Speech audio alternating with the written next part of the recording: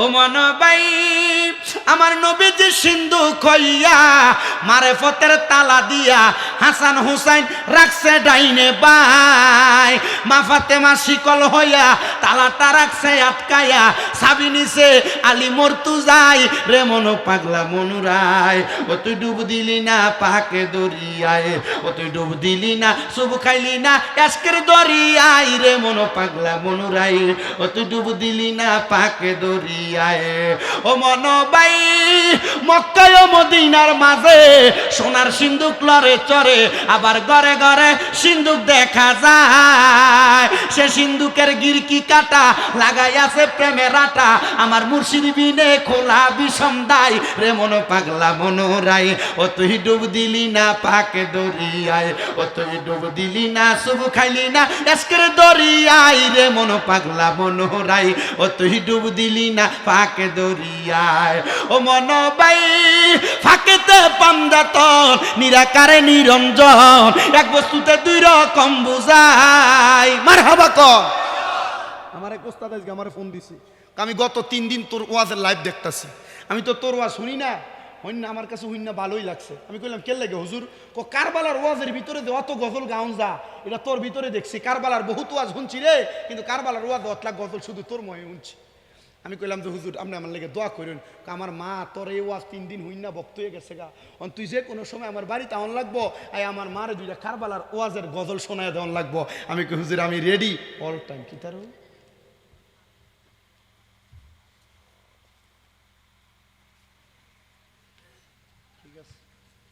মারহাবা কন, আরো জোরে কন মারহাবা। তো চেষ্টা করব আমার যেটা দিছে এটার উপরও কথা বলতে, আবার আপনাদের কাছে আহলে বায়াতের মুহাব্বতের কথাও বলতে।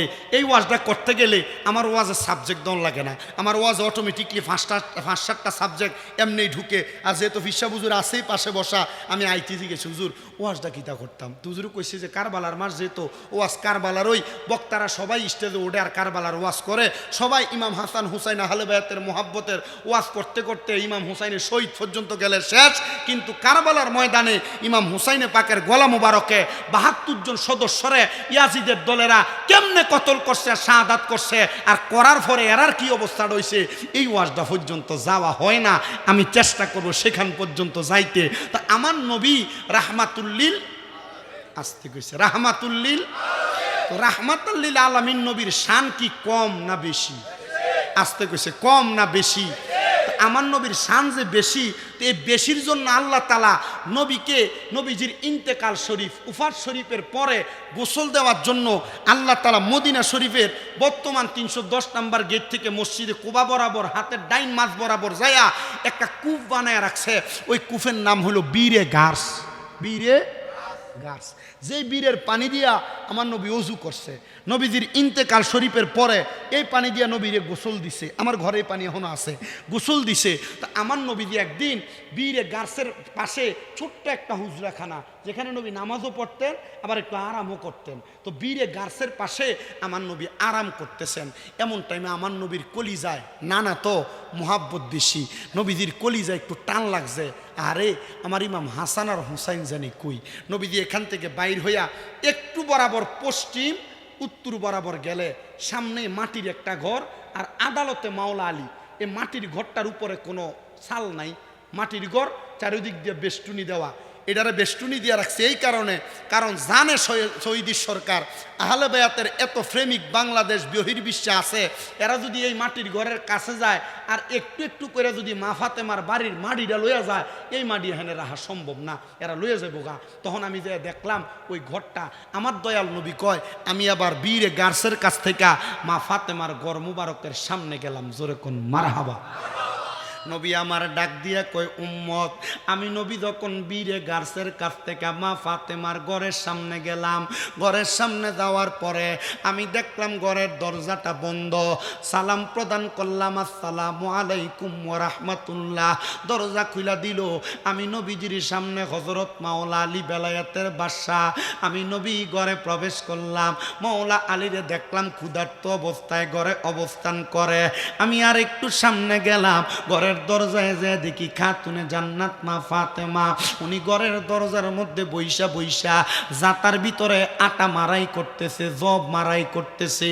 আমি ডাক দিয়া কইলাম, ফাতেমা ও ফাতেমা, তুমি যে জব মারাই করতেছো আমার মৌলা আলীর মুখটা দিয়ে কোনো ফ্যাকাশে দেখা যায়। এ ফাতেমা, কারণটা একবার বলবানি? খাতুনে জান্নাত ফাতেমা ডাক দিয়া কই, আব্বাজান আমার ঘরের মধ্যে আজকে 9 দিন কোনো খানা নাই।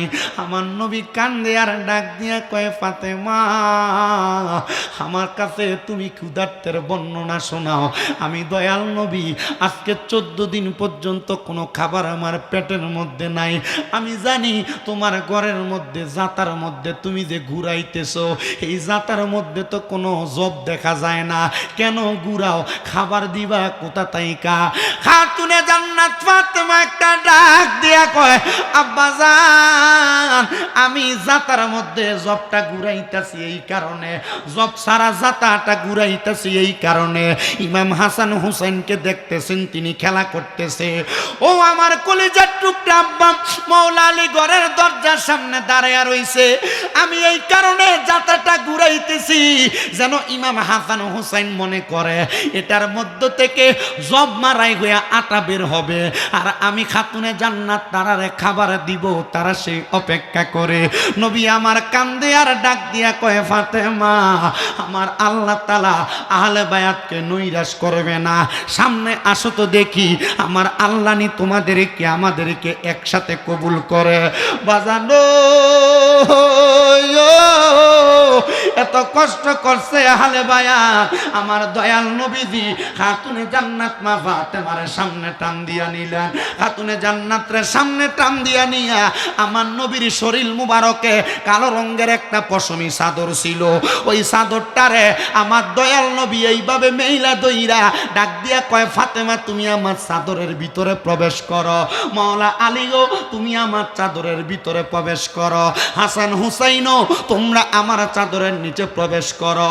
তারা 4 জনের এক চাদরের নিচে ঢুকাইয়া আমার দয়াল নবী মাঝখানে থাইকা নবী আমার আল্লাহর দরবারে দোয়া করে, আল্লাহুম্মা হাউলাই আহলু বাইতি। কোরআনের আয়াত আমরা নবীর শান কোরআনে পাই, ফাঞ্জাতনের শান কোরআনে পাই, এরা পায় না। কানার দলেরা পাইছে না, পাইতো না। দেখবেন এরা কবরে যাওয়ার পর আমরা জান্নাত পামু, এরা কানার মতো যেমন নবীর শান আর ফাঞ্জাতনের শান পাইছে না, এরা জান্নাতও পাবে না। আর আমরা যারা ফাঞ্জাতনের পাগল, আহলে বায়াতের পাগল, জান্নাত আমরা তালাশ করা লাগবে না। জান্নাতের সরদার ইমাম হাসান হুসাইন আমাদেরকে জান্নাতে টান দিয়া কুল মুবারকে কইরা জান্নাতে নিয়ে যাবে। ডান হাত তুলে বলেন ঠিক না বেঠি? বাজার আমার গভীর মনোযোগ, নবী আমার দোয়া করলেন, আল্লাহুম্মা হাউলাই আহলু বাইতি, আল্লাহ আপনি এদেরকে কবুল করেন, এরা হলো আমার আহলে বায়াত। নবী এই কথা বলতে দেরি আমি খুতবায় যে আয়াত পড়ছি আল্লাহ ডাইরেক্ট এই আয়াতটা নাজিল করে দিছে। আমার আল্লাহ ডাক দিয়া কয়, ইন্নামা ইউরিদুল্লাহু লিইয়ুযহিবা আনকুমুর রিজসা আহলাল বাইতি ওয়া ইউতাহহিরাকুম তাতহীরা। আমার আল্লাহ ডাক দিয়া কয়, জগতের মানুষ, নিশ্চয় যারা আহলে বায়াত, নিশ্চয় যারা আমার নবীর বংশধর, আমি আল্লাহ এদের থেকে সকল প্রকার পাঙ্কুলতা অপবিত্রতা দূর করে দিয়া আমি আল্লাহ এদেরকে ওয়ুতাহহিরাকুম তাতহীরা, আমি আল্লাহ এদেরকে পবিত্র বানায় দিছি। এরা পবিত্র, এরা ফাক, আর এই জন্য আমরা এদেরকে বলি ফাক ফাঞ্জাতন। ফাক ফাঞ্জাতনের কথা কোরআনে আসেনি, হাদিসে আসেনি, শুধু নাই ওহাবির আর তকদিরে, ঠিক কি না? বাজান আমার শুনের মনোযোগ দিয়া, এরার নাম আমি মহান্ত আমার লজ্জা লাগে, একবার শরম লাগে। কি লেগে জানেন? মানে এরা আজীবন পর্যন্ত মাজারের বিরোধিতা করছে। আজকে দেখলাম সিলেটে শাহজালাল ইয়ামিনীর মাজারের দান বাক্সে সিলগালা করার পরে মাজারের টিহাডি গনবার লাগিয়া এ ওহাবিডি বইছে। কথা কয় না? কিতা করতো?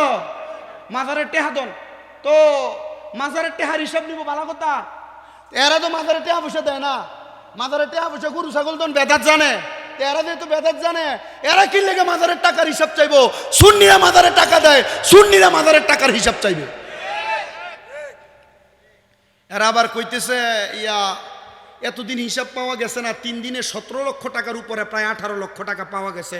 তা আমরা আবদার করি ডিসি সরওয়ার সাহেব, আপনি যে এত সুন্দর করে মাজারের টাকার হিসাব চাইলেন, কই এতদিন পর্যন্ত 5 আগস্টের পরে বাংলাদেশে 100টার উপরে মাজার ভাঙছে, আপনার মতো একটা ডিসিরও দেখলাম না মাজার ভাঙ্গার বিচার চাইতে। আপনি বলতেছেন মাজারের টাকার হিসাব নিয়ে দেওবন্দি মাদ্রাসা বানাইবেন। খোদার কসম, বোঝা গেল আপনি বাংলাদেশে কারোর এজেন্ডা বাস্তবায়ন করতে চায়। খোদা কি কসম করে বলি, আল্লাহর ওলির মাজারের টাকা দিয়া অন্য কারোর এজেন্ডা বাস্তবায়ন করতে চাইলে এমন ডিসি বাংলাদেশের দরকার নাই। ডান হাত তুলে বলেন ঠিক না বেঠে? মাজারের টাকার হিসাব দিবেন কিন্তু মাজার ভাঙ্গার বিচার করবেন না। আপনি আমার কোন জাতের ডিসি হইছেন? কথা কয় না। পরের দিনই ফত্তাহার, পরের দিনই ফত্তাহার। শাহজালাল ইয়ামিনীর কারণে তো মুসলমান হইছেন। কথা কয় না। মুসলমান আসতো বাপদাদা 14 গোষ্ঠীর RSBSCS খতিয়ান যাচাই করে দাও, ইটা হিন্দুর ফুটাইতা ছিল। শাহজালাল ইয়ামিনী বাংলাদেশে এই তো দুটিটা খুললা লুঙ্গিটা ফরাইছে, ওই আল্লাহর ওলির মাজারটা ভাঙ্গা লইবার লাগিয়া, শাহজালাল ইয়ামিনীর মাজারে ইট খুলবার লাগিয়া, খুলবার লাগিয়া কত রকমের পায়তারা চালায়। আবার আজকে যখন টাকার হিসাব করতে গেছে, এই টাকা গণবার লাগিয়া যারা মাজার ভাঙচুর করে এরাই বসছে। তার মানে বোঝা যায় এরা লুবির গোষ্ঠী, লুবির জাত। এদের ঠাই বাংলাদেশে নাই। ডান হাত তুলে বলি ঠিক না বেঠে? সব ভাল লাগে, মাজারে টেহা দন ভাল লাগে না। এতদিন মাজারে টেহা দেওয়ারে বেতা তো কইস, আজকে আবার মাজারে টেহা গনবার লেগে বইয়া রইছ। কিশোরগঞ্জের ফাগলা মসজিদ মাসে মাসে টেহা গনে। আমার দেখাই টেহা গনবার সময় যে বয় হিট ওই হিটা কিরে মাজারে টেহা দন না না যায় তো মাজারে টেহা গনবার বইতে ভাল লাগে। মাজারের টেহা দন বেদাত, মাজারের টেহা গনা বলো দাঁত, মজা লাগে তো। টেহার ঘেরান ফাগলেরও ভাল লাগে। কথা কয় না ঠিক কিনা? আমরা মাজারওয়ালারা বড় ভালো। বলে হুজুর কেল্লাই গা? আমরা মাজারওয়ালারা নসিব বড় ভালো। আমরা এরার ফাইজলামিটি দেখমু আর আল্লাহর কাছে কান্দামু। আল্লাহ কয় তোরা কানবি আর আমি একদিনে ডিসির মতো একটার ভট তার করে সিলেট থেকে বাগাই দিব। ঠিক কিনা? তো আমরা একটা দোষ আছে। আমরা দুষ্ট হইল আমরা মাজারটির আশেপাশে এই যে ডলাডলিটা চলে, এই যে তামুকটা চলে, কথা কই না রে ঠিক কিনা? এই যে আমরা মাজারটির দ্বারো, তা আমার ডিসির কাছে কত হইল মাজারের টেহার হিসাব ডালো আর আগে মাজারের আশপাশ থেকে এমন ফাগল ছাগল দিবে যেটি গাঞ্জা খাই দিবে দৌড়াও। বলে হুজুর ফাগল দি, আর আসল পাগল যারা এরা গাঞ্জা লইয়া ফাগল না। কথা কই না কে রে? ইটা গাঞ্জা খাইবার লাগে ফাগল সাজছে, যেটা আসল ফাগল এটা গাঞ্জা খাইতো না। কথা কই না কে রে? হ্যাঁ নাম দেয় উরুস মুবারক, এ বেড়ি ঈদ দিয়ে গান করে, ইতো বুঝি পাগল। ইতার লেগে সুন্নি জামাতের আরো বড় বদনাম। কথা কন না কেন? হযরতে কেল্লা শহীদ রহমতুল্লাহ আলাই ওলি কি শুরু না বড়? আসতে কইছে তো। বামনবাড়ি এলাকাটার মানুষটারে এই তিতাস এলাকার ভিতরে আগমন কইরা হযরতে কেল্লা শহীদের পুরা দেহ হয়েছে না, আস্তে একটা কেল্লা এ শুধু পুরো হিন্দু পরিবার মাচ্ছা, এ মাচ্ছা পরিবারে খাদেম বানাই দিছে। তুই তার আশেপাশে যে গান বাজনাটি হয় তখন কি কেল্লা শহীদ খারাপ হয়ে গেছে গা? এরা যদি জিঙ্গে মাথার বাঙ্গস কেল্লা গা, তো মাথার বাঙ্গালায় মাথার ভিতরে অশালীন কাজ হয়, তো তোর মাথার ভিতরে রোগ হয়েছে আর উকুন হয়েছে, মাথাটা কাটতে হালাই দে।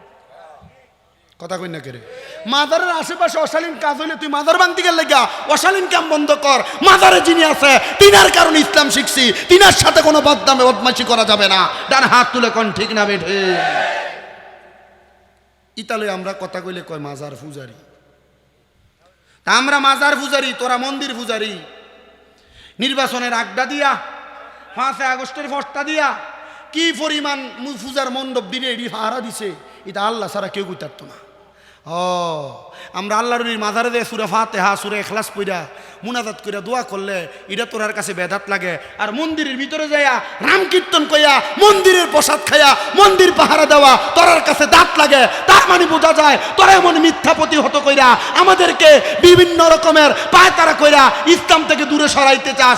আসলে বাংলার মুসলমানে তো সহজ সরল না, বুঝাইয়া তুমি দূরে সরাই দিবা। মানুষ বুঝে কোনটাতে ইসলাম আর কোনটাতে ইসলাম না। বাংলাদেশের সংসদটার দিকে চাইলে এর থেকে আরো ভালো বোঝা যায়। আমি আমার জন্মের পরে 27-28 বছর বয়সে সংসদে এমন ঝগড়া কার্য ফসাদ আর কোনোদিন দেখছি না। এবারে সংসদে যে পরিমাণ ঝগড়া হইতেছে, কথা কই না ঠিক আছে না? কিতা লইয়া জোরে কও, কিতা লইয়া? বন্ডক লইয়া, বাগাবাগি লইয়া। আমার কথা হইল সংসদে